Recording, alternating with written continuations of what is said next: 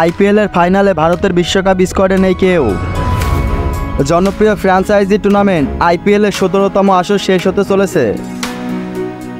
আগামীকাল রোববার ফাইনাল দিয়ে টুর্নামেন্টের পর্দা নামবে।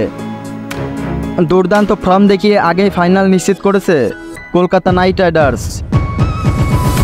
গতকাল রাজস্থান রয়্যালসকে হারিয়ে শিরোপা নির্ধারণী ম্যাচের টিকিট কেটেছে সানরাইজার্স হায়দ্রাবাদ। মজার বিষয় হলো এবারের ফাইনালে ভারতের হয়ে টি-20 বিশ্বকাপ খেলতে যাওয়া স্কোয়াডের নেই কেউ। চেন্নাইয়ের চিফকে শুক্রবার রাতে আগে ব্যাট করে হায়দ্রাবাদ ১৭৫ রানের পুঁজি দাঁড় করায়। স্পিন আক্রমণের সামনে টিকতে না পেরে সেই রান তুলতে পারেনি সঞ্জু স্যামসনের রাজস্থান। ফলে ৩৬ রানের জয়ে চিফকেই ফের ফাইনাল খেলতে নামবে প্যাট কামিন্সের হায়দ্রাবাদ।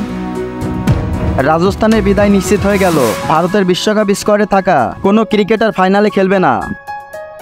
রাজস্থানের অধিনায়ক সঞ্জু স্যামসন ছাড়াও যশস্বী জয়সওয়াল এবং যুজবেন্দ্র চাহাল ছিলেন ভারতের টি-20 বিশ্বকাপের ১৫ সদস্যের দলে। এছাড়া ফাইনাল খেলতে যাওয়া কলকাতা এবং হায়দ্রাবাদের কেউ নেই মূল স্কোয়াডে। কলকাতার রিঙ্কু সিং আছেন বিশ্বকাপের রিজার্ভ ক্রিকেটার হিসেবে।